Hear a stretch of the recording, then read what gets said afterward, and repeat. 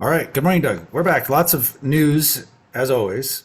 But first, before we get to news, we had some questions from one of your fans. I forwarded his questions to you before we started, a couple days ago, actually, Yeah.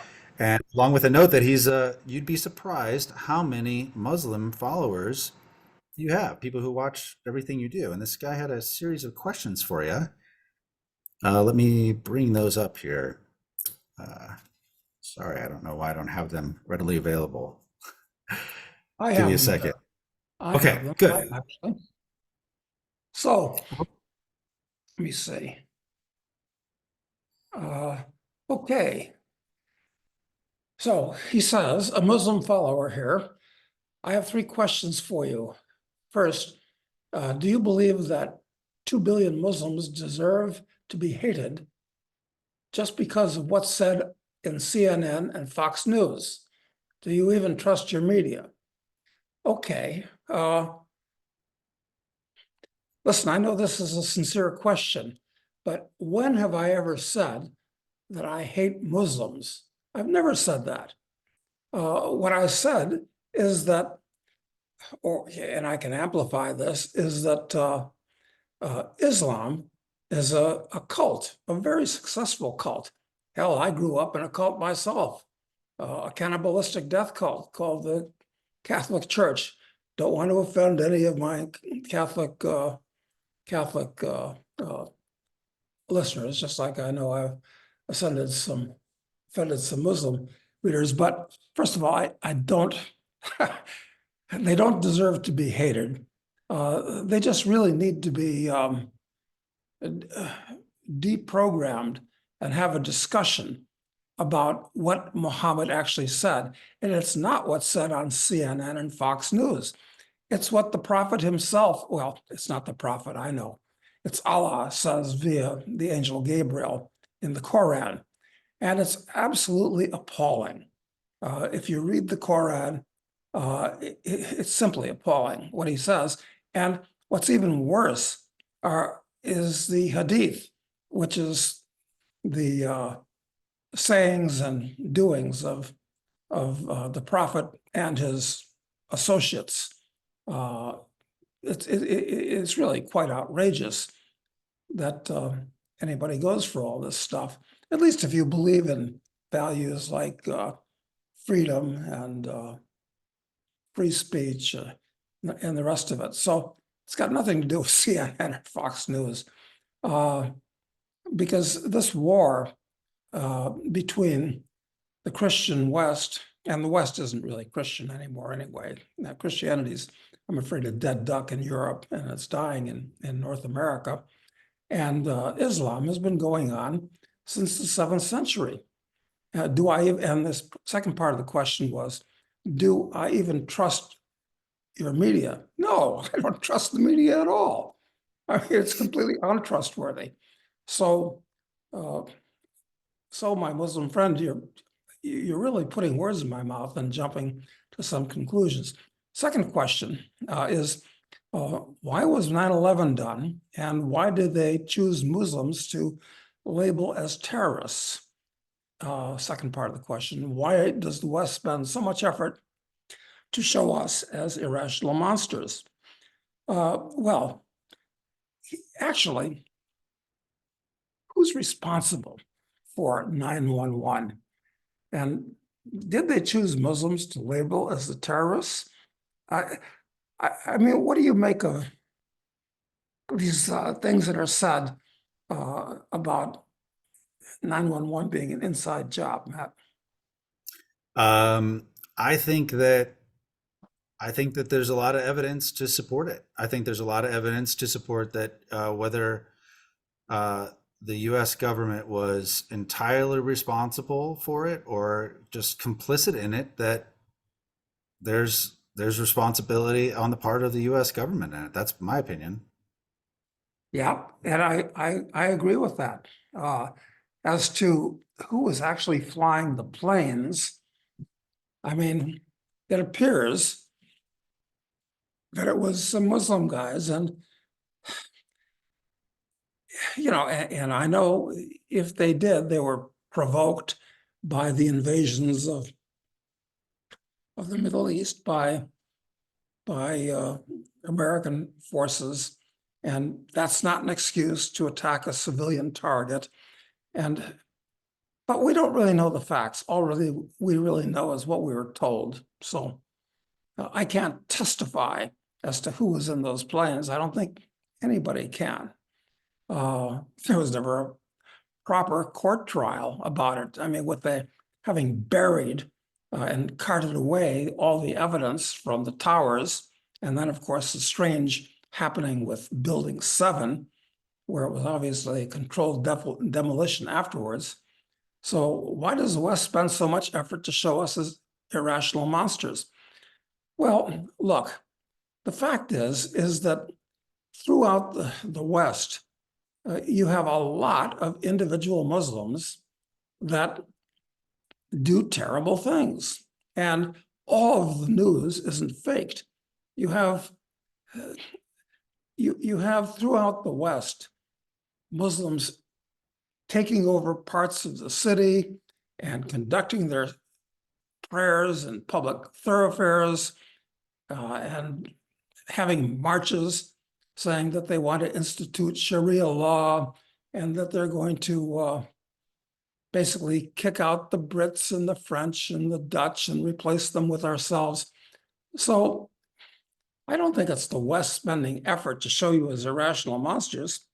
There's just a number of people that are very concerned about the fact that Muslims are following the dictates of the Quran and the Hadith, which is basically to conquer the Darum el-Harb.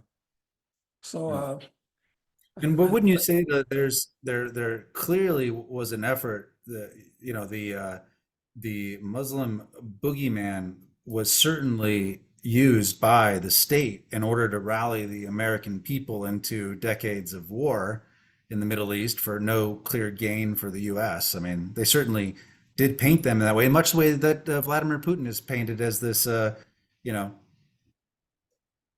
much as the way it's been every war the US has been involved with, the Huns, with the Germans before. And I mean, that's clearly done. you've got to have a foreign enemy, a foreign boogeyman. So look, Islam is not the friend of freedom and the values of Western civilization, which we've talked about. I personally put my finger on 12 values that are unique, totally unique to Western civilization, and frankly, antithetical to what Islam promotes. But the US government is actually the clear and present danger. The Muslims are just out there with their philosophy. It's the US government that I really fear here and now. So anyway, the third question, can we apply the same logic you use against Muslims to you? Well, I don't know. Happy for that to be done, but what's the logic that we're talking about? As Muslims believe, sin belongs to the committer, not the whole group. Yeah, that's right. I don't want to paint a group. The problem is that it's like communists, okay? Communists all believe the same thing, the same set of ideas. And the problem is that although certainly not all Muslims are fanatics and as individuals, they're just as nice as anybody else. I have no problem with it. But there are these beliefs, just like there are communists that are, quite civilized to socialize with, but they have these memes in their head that are dangerous, that'll come out at the right time and bite you. So yes, it's the individual, but you're absolutely correct on that. But if we accept you're right, then should we keep all Americans responsible for all the sins committed in Iraq and Afghanistan? No, a lot of Americans absolutely despise what the government did in Iraq and Afghanistan, including myself. But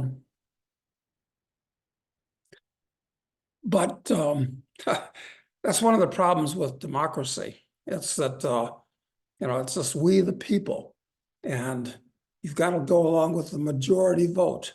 and they elected this criminal government that has done these things. So, yeah, I can see how you can say that there's a bit of shared responsibility for Americans for these sins, but I hope I'm being clear that it's not to any Yeah, I individuals.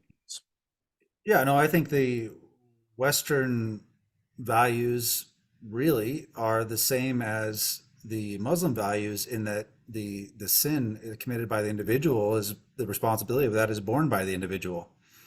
And you're applying that equally. Both you expect to be judged that way and you would judge others in that way. Yeah, exactly. Then he goes on to say, killing and torturing civilians, absolutely. Bombing children's hospitals, etc. Having zero sense of ethics or morality. Yep, that's true. The US has done absolutely horrible things. But that's not, in other words, these are criminal acts that have nothing to do with the underlying ethos. In other words, there's nothing in Western documents or Western beliefs that endorse that type of thing. However, there are a lot of really, I think, nasty and destructive things that are endorsed in the Quran and the Hadith. So, yeah, it's the difference between criminal acts that individuals commit and criminal acts that are endorsed by the whole philosophy. And I put Islam in the same boat as I put communism. Mm. So anyway, he finishes up saying, just asking. Also, thanks for always telling the truth as you think without filtering. And thank you very much. I appreciate that. Yeah. I mean, I thought that you'd want to see that one from that guy because they seem like it's good faith questions. I think sincerely to because he does agree Yeah, with so much of what you say and do, and then of course, but attacking attacking Islam, I can understand. If it's the foundation of a big part of his beliefs, my guess is he probably has a mix of beliefs that include Islam and also some of the same values with Western, with well, let's say what was the dominant Western thought of individual liberty and meritocracy and those kinds of things. He probably has a mix of those. yeah, I think so. And I think a lot of Muslims of goodwill experience cognitive dissonance, but they're afraid to renounce the faith because at that point they would become liable to death, which is what Muhammad offers to people that become apostates. So And there's there's also some cultural benefits. I think this is maybe I shouldn't draw this comparison, but I think about like Mormons in the U.S. You know, I wonder if some of my Mormon friends really believe everything that the Book of Mormon speaks of. That Joseph Smith and his peepstones really, was the latest prophet and so forth. But the benefits they experience culturally are so high. Good family structures, good communities, and all of those things that they just they don't strictly apply. I guess everything. yeah, You know what I mean? that's right. A lot of benefits to being a Mormon, including associating with other Mormons who, you know, are birds of a feather that treat each other well, as opposed to the Kafirs outside the religion. So yeah, absolutely. I'm sure that same must be true in Islam. Yep, absolutely true. Yeah. Okay. Well, good. Well, thank you for bringing that up. I appreciate it. I like the pushback. I didn't write down your name on here, but thank you for sending it in. I do appreciate it. So let's talk about something that I happened. do think that Mormonism is basically America's answer to Islam. It's not a very good answer, but there's a lot of similarities between Mormonism and Islam as a religious system. It creates social order, and I mean, you meet a lot, just like I meet a lot of Mormons that I'm like, man, you guys are great. I mean, good people. Your family's great. Yeah, You do totally. work, all the virtues. It's the same. Sure. And there are a lot of things that I like about more things I don't like, but a lot of things I do like about the culture of Islam, the dictates of hospitality, for instance. And that's all very, very good. But Mormonism, of course, they used to have this multiple wives thing, but they've kind of discarded that. It's kind of intellectually dishonest of them to discard a It is. basic belief under pressure. There's been a couple of those things in Mormon's short life that they've done that with, actually. Yeah. Anyway, Okay, well, good. Well, you're let's talk. not supposed to, the two things you're not supposed to talk about in polite company are religion and politics. And we've broached both of those norms. Again and again. All right, so let me find this clip from Justin Trudeau that is worth sharing, and we'll talk more about what all is happening and some of the things that are happening in Canada. 1 second. Okay, here. Do you pay taxes? Then you're getting money in your bank account. It's called the Canada Carbon Rebate, and it rebates you 4 times a year for the price we put on pollution. And it doesn't matter how much you make. If you live in an eligible province and pay taxes there, you'll get a rebate. But chances are, unless you live in a giant mansion and drive 3 big cars and therefore emit lots of carbon, you're getting more money back in your pockets. That's how the Canada Carbon Rebate works. And you can expect it in your bank account automatically every 3 months. So it turns out the carbon tax system there actually is for the people. It's for their good. It's money in their pocket. It's amazing. Trudeau, well, he looks like he's Fidel's son, and I believe that the longstanding rumor that he's the offspring of Fidel Castro, because his mother was kind of a hoe, quite frankly. But anyway, he's a chronic and pathological and enthusiastic liar. I mean, it's just amazing. And that anybody would believe this nonsense, that a tax is going to do you good, it's absolutely insane. In addition to trying to foment class warfare in Canada, basically bribing poor people to support him and punishing the rich people that are, he's a criminal. It's just amazing, but he's slick and glib and good looking. Castro Yeah, was and good. I think they just raised the carbon tax on, which I guess affects almost everything there. They just went up another tier. And so my guess is this is part of the PR campaign while Canadians are suffering from high inflation and can't afford a place to live and huge migration issues there too, that they put out this PR campaign and say, don't believe your lying eyes. This works for you. This is good. It's too bad. Canada used to be such a nice place. I mean, a lot of people may remember the old series, Sergeant Preston of the Yukon and his wonder dog King, and you may remember from Rocky and Bullwinkle and other places, you had Dudley Do-Right, who was the Canadian Mountie. Forget about that. The Mounties have become the FBI, the secret police of Canada, actually. So That's right, and they have a new law that is pending at this stage. It's the online harms bill called C-63, and this thing is wild. What it does, essentially, what it does. It's not passed yet, so it's not law yet. But the idea is, they have you can't engage in hate speech in Canada. Now, hate speech is it's a working definition like anti-Semitism. It's evolving as the threats emerge. But this would make it illegal retroactively. Anything you've said online in the past that now is defined under these hate crimes laws. And on my mind, that would make virtually everybody a criminal in Canada. Because the definitions around this stuff is so fluid and how it's changing. Oh, absolutely.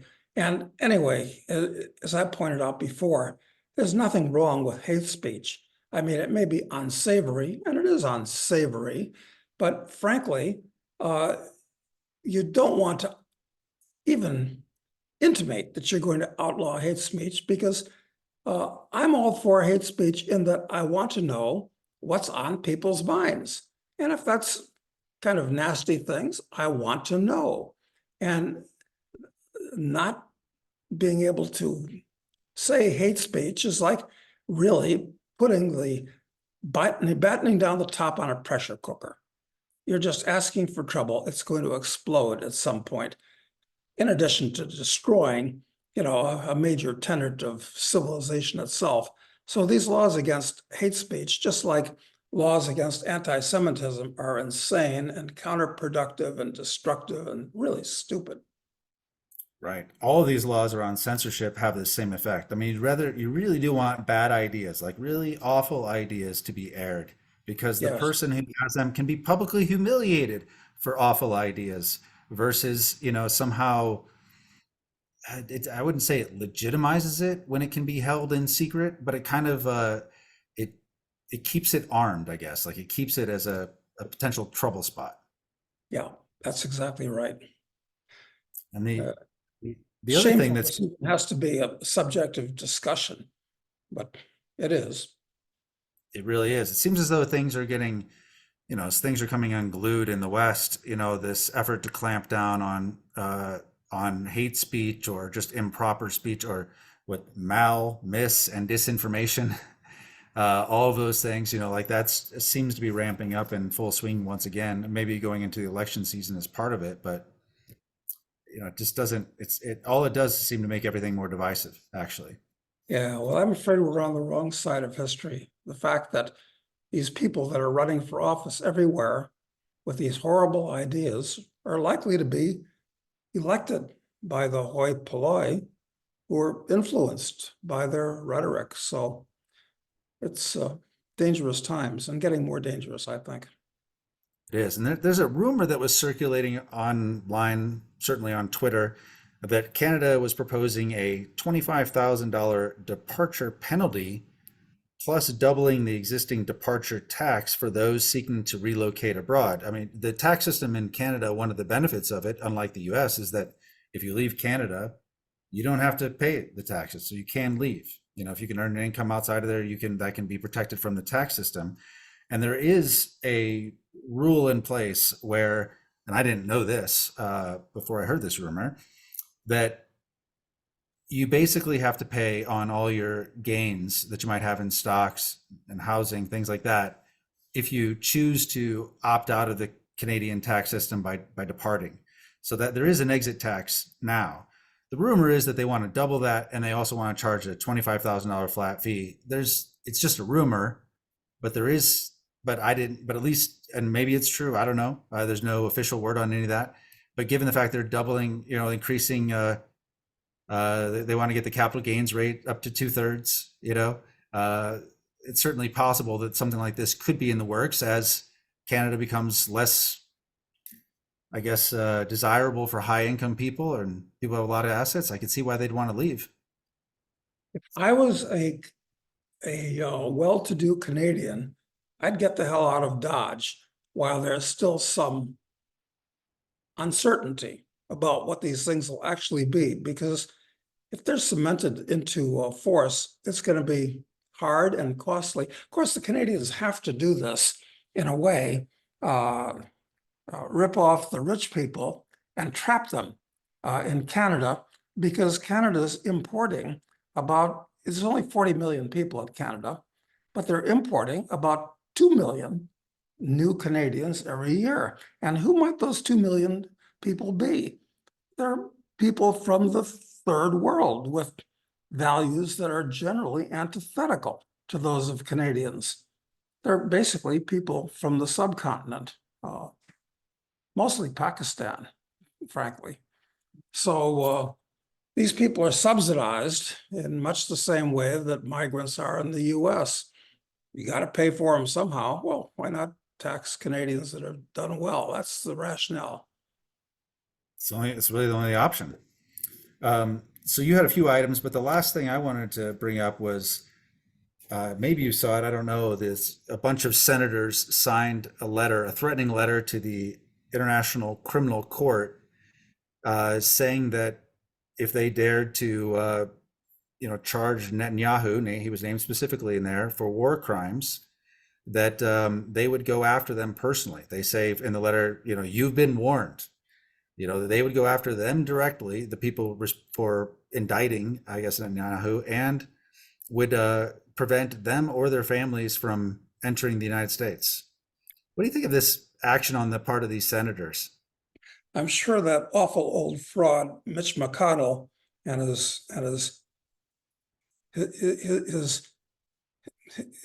little queer buddy, who's that senator that Lindsey is Graham? really- yes, are behind, have to be behind this. But look, on the one hand, and we explored this, John Hunt and I explored this in our novel, Assassin.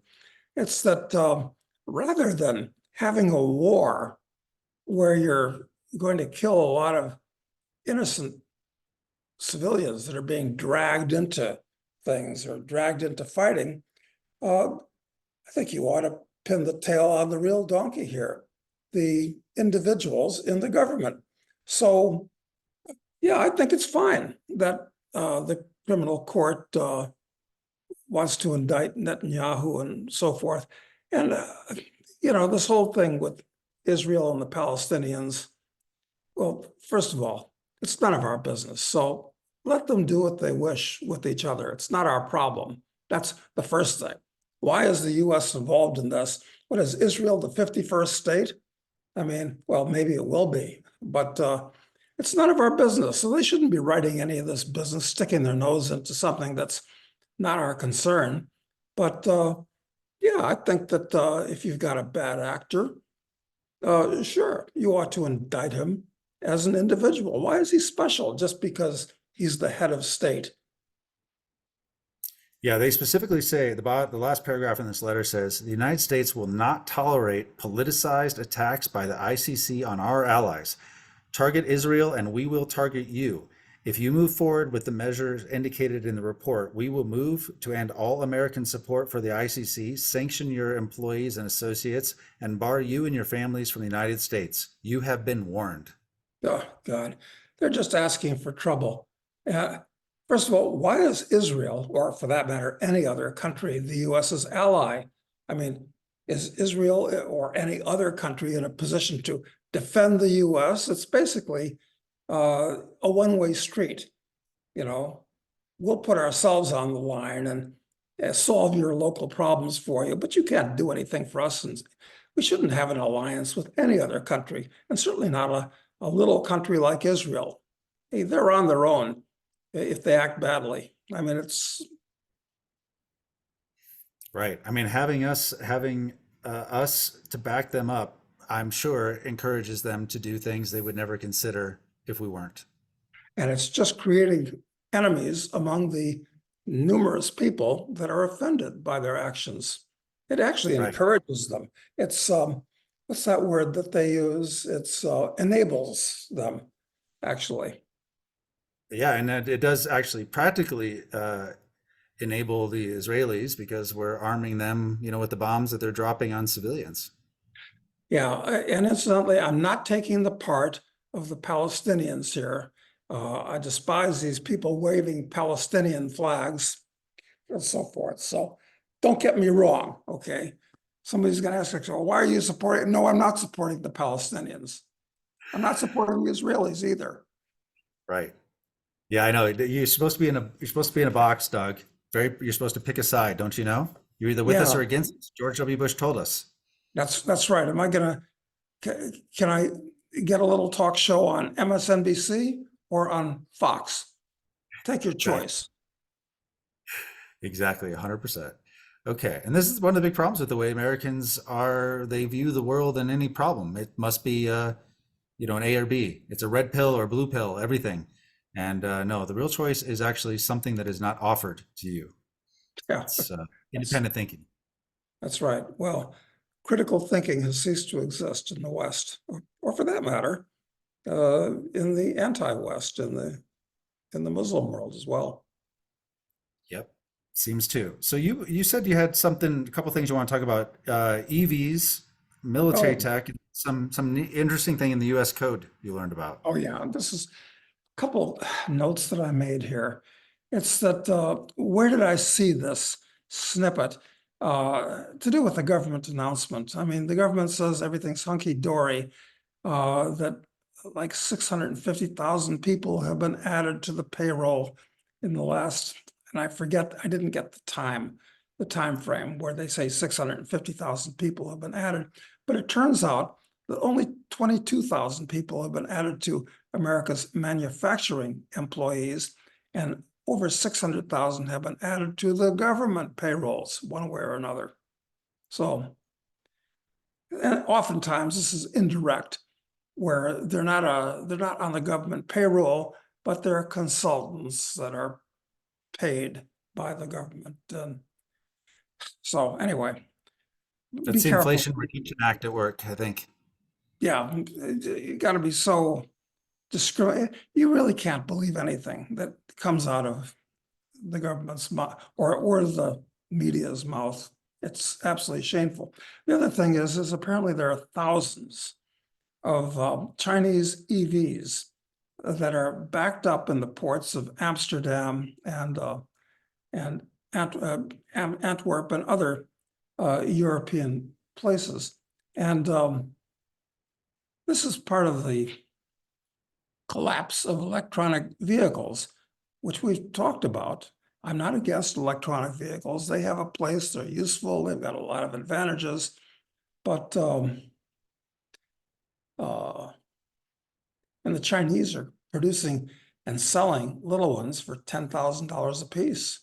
Yeah, and I've been researching a lot of this over the last few weeks. I've been very interested in understanding more about Chinese manufacturing, and they look pretty good. There are a lot of those little, they call them it's BYD's Seagull, and it's, yeah, they sell, for $9,000, $10,000, about that. You have there's apparently like an $11,000 variant, which has got a 250-mile range and is not exactly what you'd think of when you think of a cheap car. I mean, the values, it seems, I mean, for a lot of emerging markets especially, it seems like a wonderful thing, frankly. And even and then that's the lowest one they have. And going up the ladder, some of them look very impressive, actually, really impressive. So, Yeah, one of the big problems with these things is that they're going to create a tremendous draw on the electric grid everywhere. And that's something that people aren't thinking about. But anyway, the Europeans are looking to put duties on Chinese imports of electronic vehicles, even if they're neat, useful little cars like that. And Tesla is kind of getting hurt too. Do you know, I discovered that you can rent, or I should say lease, a Tesla T3 for $299 per month. And wow. I mean, that's really just about free. And leasing is the way to go, because after the 3-year lease is over, I mean, the battery is getting a little bit tired anyway. And that's where all the cost and risk and all this in the car is. So yeah, take advantage of that $299 lease instead of buying a car. If it's And they've also laid off a bunch of factory workers not long ago. Tesla did too, because the market's softening. Yeah, the whole economy, I think, is softening. The bubble may finally burst and be acknowledged as such. Anyway, interesting stuff about EVs. And a couple other things to do with maintenance and how long something lasts. I was on a call the other day with some guys who are very knowledgeable about technical details in the military. And here's an interesting factet, not a factoid. If it was a factoid, it would be fabricated like an android is. But it turns out that for every hour on the road, or I should say in the field, that you run an Abrams tank, it takes 8 hours of maintenance. So that I would think if there's a real war where tanks are out there doing their thing, they're going to have giant maintenance problems with 8 hours to 1 of actual use in the field. And talk about the F-16s, which have been around for a long time, and they pretty well worked out all the bugs on them. But for every flight hour, it takes 20 man-hours of maintenance to keep them up to snuff. So when they deliver these things to the Ukraine, they better not fly them too much, or I hope that the Ukrainians have really competent jet maintenance mechanics, because they won't last very long with 20 hours of man-hours of maintenance for one flying hour. It's hard to imagine they go in there without substantial NATO support at all. I mean, to have the most qualified pilots, I mean, if they're training up new Ukrainian pilots for it, that's a big waste for an aircraft like that, to put them in it right away, people who don't have the experience in it. And then the support, like logistics chain you have to have, there's just no way they could develop that in a reasonable time. So NATO, that's part of, I think that goes part and parcel with NATO's increasing direct involvement in all the things that are happening over there. Yeah, it's actually really insane, prodding the bear for no good reason. And of course, maybe people have forgotten as to the genesis of this war in the Ukraine, but maybe that's time. We'll talk about that again on another show. I mean, I really should be on Russia's payroll, the way people think. Yeah, aren't you a Russian shill? I thought that's what we've heard that before. Yeah, I mean, I get on the phone with Vladimir every day just to get my most recent marching instructions.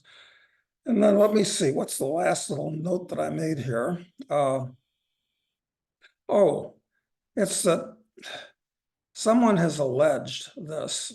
I can't quote chapter and verse, but this is a woman who seems quite credible, that the US code actually says that if an individual believes they're a US citizen, that it's not against the law for them to vote.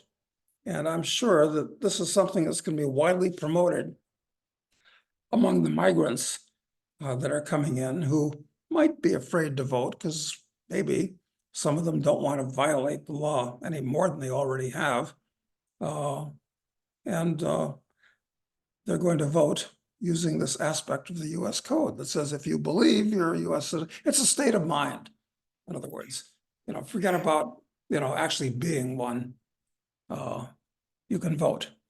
Well, I like the principle because then that would mean I could change my state of mind and forego US tax obligations. I Yeah, like the but principle. what's good for the goose is not good for the gander No. in this case. And incidentally, I'd be happy to take action. I'd like to get odds, but although I think that Trump will win the popular vote, I think the Democrats are going to, one way or the other, be installed in November because of things like this and because of the electronic voting machines and because of the mail-in votes. I guess those are the three big things. Because a lot of Yeah. people are just stupid and don't care about personal freedom also. Yeah, I think it's hard to imagine that that's true, but unless you look at the fact what we've lived through in the last several years, where things that seemed, where the state wouldn't go there, we thought they've gone there. And I mean, the way that they're going after Trump so aggressively with their lawfare stuff, I mean, I think people are literally betting their lives on it. That, I mean, people in power are betting their lives that he will lose. Yeah, and it actually is shocking. I mean, it's one thing after another trying to keep him in court and perhaps bankrupt him with legal fees and just make him crazy with all the pressure that comes with being sued and prosecuted. I mean, these people are out of control. Yeah, I mean, they're talking about putting him in Rikers for violating a gag order. Yeah, well, he shouldn't be in court anyway. This whole thing is, I got to believe things are going to get ugly before. And I think, what is the actual day of the elections? Is it November 5th? I thought it was. I heard it was. I'm gonna check to see if that's Tuesday, but that's the impression I had. But if It'd I'm just be wrong, too much if it's actually then, because it would be on Guy Fawkes Day. you see. Got to get my search engine. Sorry, my internet's slow today.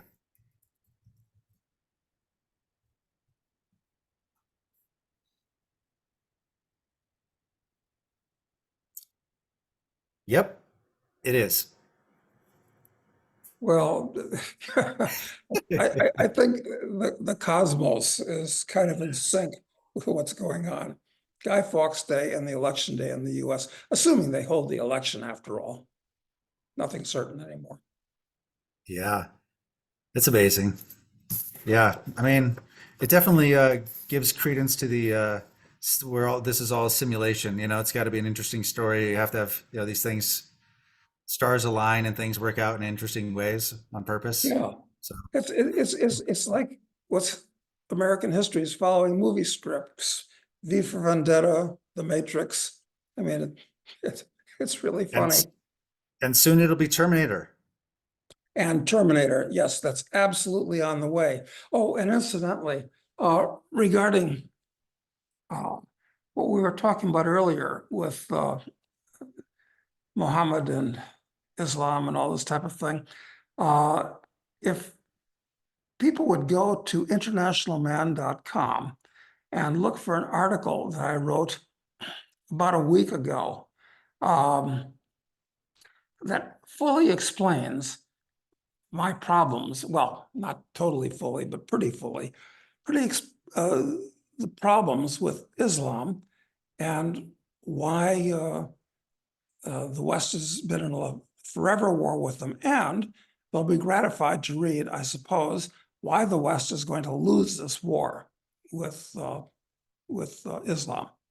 So I'll get the we link for have that. something happy. Well, we have like a happy thing for everybody, including the Mohammedans in the audience.